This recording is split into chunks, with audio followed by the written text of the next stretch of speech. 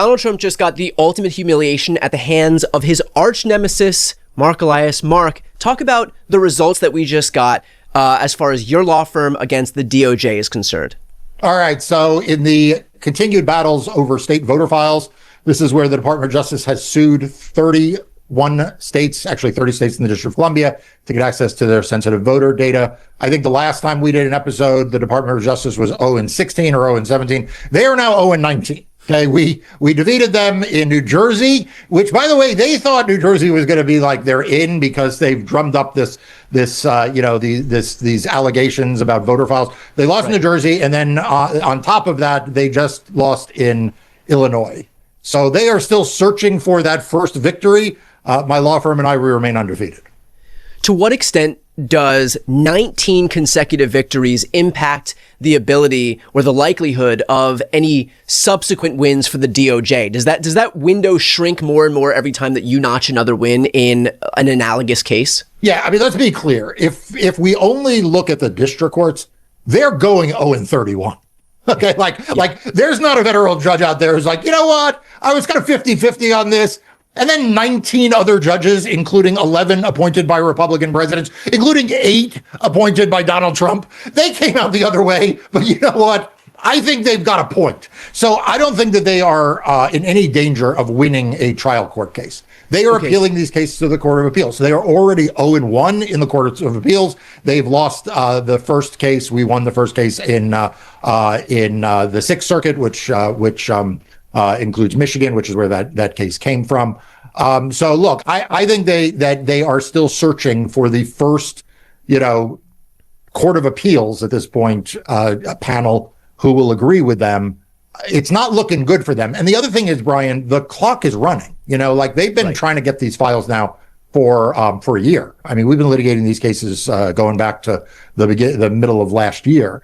And it's August 1st. We're going to hit a period called the quiet period, which begins 90 days before the election, which is very early September, where states can't do bulk removals of names from their voter rolls. So that is the reason why we're continuing to see DOJ, sort of flounder in these cases and try to get them up on appeal. It's also the reason why you've seen the executive order trying to turn the Postal Service into this. It's the reason why they are, hyping up the kinds of administrative errors that we saw in New Jersey, right? They're desperate to try to figure out a way out of this because this is the way Donald Trump thinks he wins the election.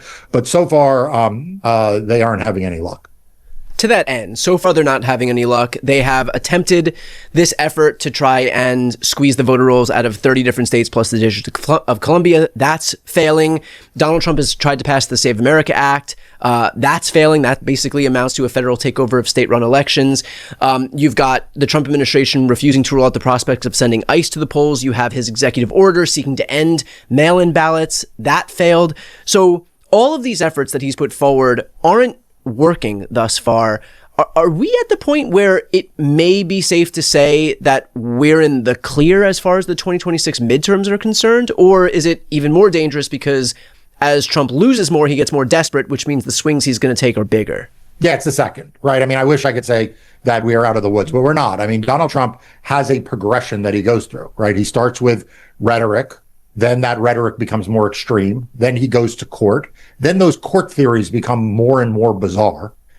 And ultimately, at the end of that, what we typically see is him incite or instigate some type of violence. So obviously, the most analogous circumstance, 2020, we saw litigation before election, we saw litigation afterwards. I litigated those cases before, and I litigated the cases for President Biden and the DNC, winning more than 60 of them. And then, but as we saw those cases, they got more and more extreme.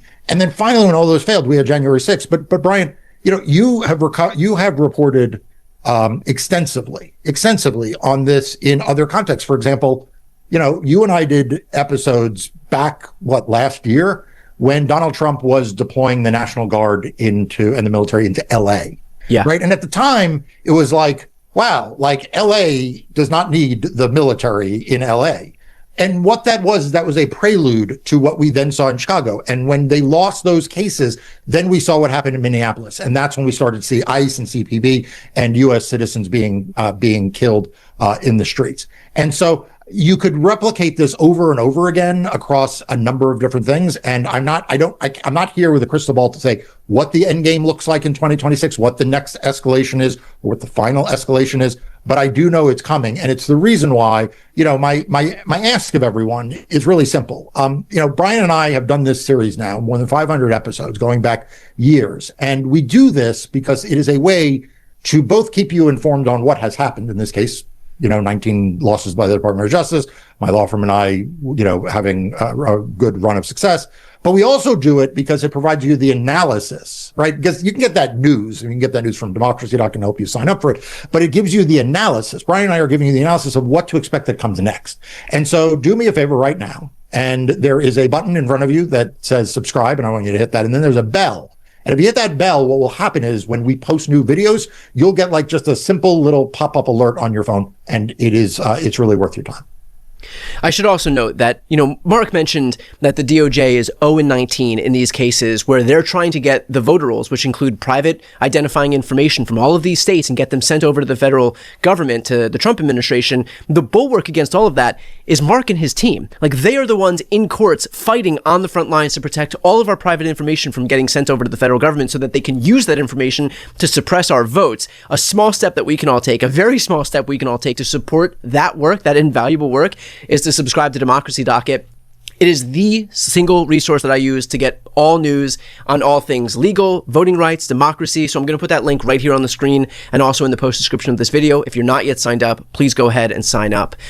Mark, to that end, I just spoke a little bit about what the administration is seeking to do with all of this information. But clearly, if they're willing to file 31 different lawsuits to get this information, it's valuable to them. So what is it that they're seeking to do once they have our private identifying information in these voter rolls? Yeah, so essentially what they want to do is get all this information and put it in a national database. And once they have that, Brian, then they will run their own searches, their own queries, and they will determine who they don't believe should be eligible to vote.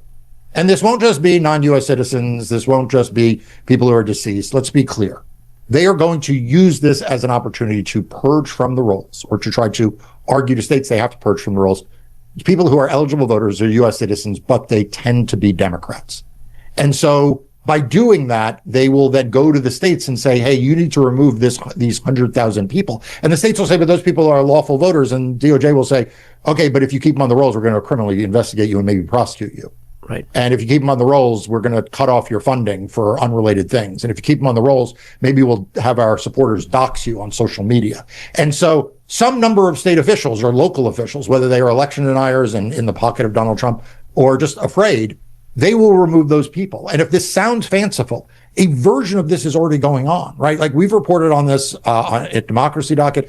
You and I have done videos about the efforts already by this Department of Justice to use the SAVE database, which is essentially the DHS and Social Security Administration collaborating under Donald Trump's administration to try to do portions of this. So this is a real risk, and it's a risk not just for 2028, it's a risk for 2026, and it is something that we need to be prepared for and that we are fighting in court over.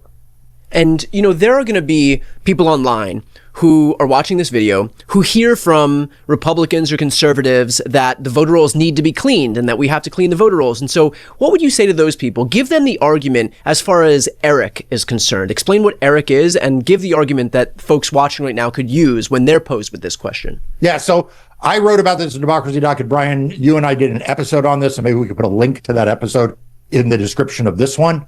The states had an interstate compact. Didn't involve the federal government, was just an agreement among about half the states to share voter roll information and changes with one another through this central clearinghouse called ERIC. And what it did is it kept the voter rolls clean. And it meant that if someone moved from California to New York or New York to New Jersey, the databases of the states would communicate and remove the person from one place to another. If someone died in New York, but lived in New Jersey, the death records would get shared, right? So it was a way of making sure these voter rolls were in fact kept really, really clean. Well, what happened? Donald Trump and the Republican Party, when he was out of power, started telling the states, you got to get out of ERIC. And so a bunch of these Republican-controlled states, they left Eric. They literally left the compact that was making sure the voter rolls were clean. And that is because they are not interested in clean voter rolls. They want the voter rolls to be a bit messy. That doesn't mean they're fraudulent, by the way. It just means they have names on them that need to be removed. The thing is, if someone dies in New Jersey and lives in New York, they're not going to vote. So, like, you want their names removed, but it's not a fraud thing. It's just a good housekeeping and administrative thing. But they want the rolls to be messy to create the pretense for Donald Trump to have the excuse to do what he wants to do. And that right there is exactly the kind of analysis that you're going to get with Democracy Docket. Again, the link to the Eric piece is going to be in the post description of this video, so please check it out when you get a chance, and make sure to sign up for Democracy Docket right after you read that. I'm also going to put a link to subscribe to this channel so you can see more episodes of Democracy Watch. Both of those are going to be right here on the screen.